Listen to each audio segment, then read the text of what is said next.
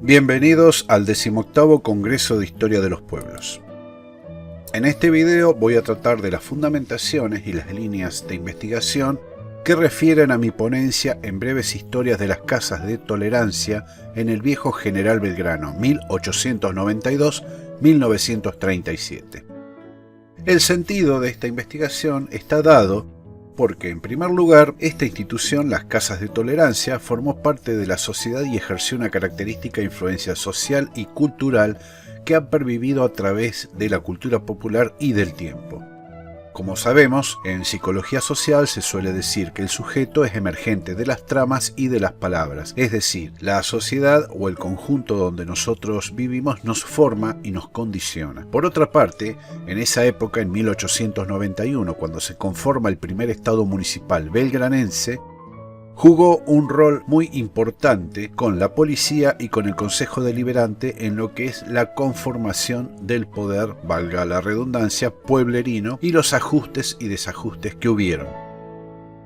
Por otra parte, en el tercer punto, había una paradoja contradictoria entre la prostitución legal y la clandestina. La legal era tolerada, de ahí viene el nombre de Casa de Tolerancia, por un supuesto comentario que había hecho Santo Tomás de Aquino y que había malinterpretado Ptolomeo da Luca en 1274, donde asumía que si no había un lugar donde desafogar las pasiones, el elemento masculino de la población corría serios riesgos de volverse a la sodomía.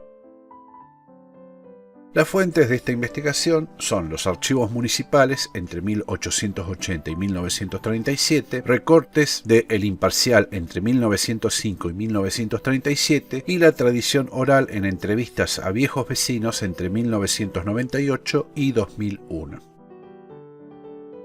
La historia la podemos catalogar rápidamente en tres periodos. Un anhistórico, es decir, una etapa donde no hay documentación escrita, que data desde 1880 hasta 1891. Recordemos que el Salado había sido creado cuando se posiciona la primera estación del Ferrocarril del Sud en 1874. Lo cual es muy probable que a poco tiempo, cuando se forma el primer núcleo urbano, apareciera esta institución.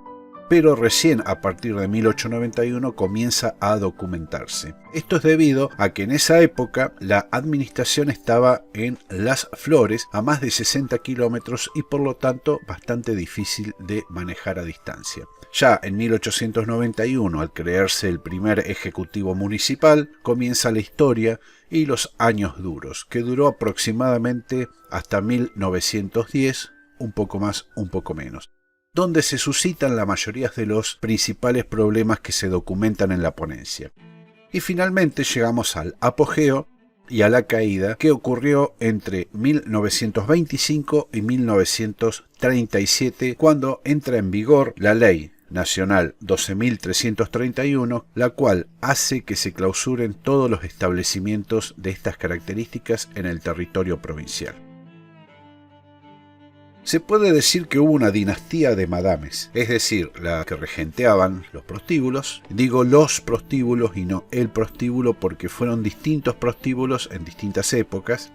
Nunca hubieron dos al mismo tiempo coexistiendo, pero sí cambiaban las administraciones. En este caso, la más prolífica en documentación fue la de Carmela Russo, que arrancó en 1891 y duró hasta 1900. Posteriormente le seguirían otras personas hasta finalizar con Estela Mijalevska, que por el apellido y por algunos datos que se han extraído de las presentaciones que hicieron ante la municipalidad, se deduce que era de origen polaca, y eso nos hace suponer fuertemente que era parte de ese sistema denominado la Si Migdal, es decir, una red de prostitución clandestina que se desbarató en esa época.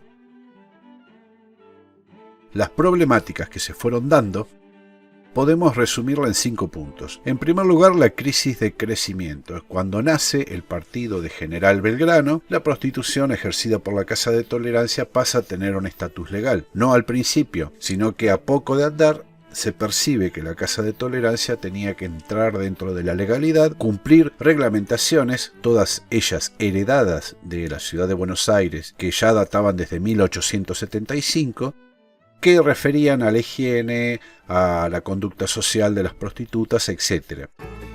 Esto también incluye el pago de tasas que crecieron exponencialmente desde 1892 a 400 pesos a 1898 a 800 pesos, lo cual generó infinidad de protestas, escritos y, por supuesto, oídos sordos de la administración municipal. Posteriormente, ya establecido, ya regulado, comienzan las disputas de poder, que indirectamente afectan a la Casa de Tolerancia.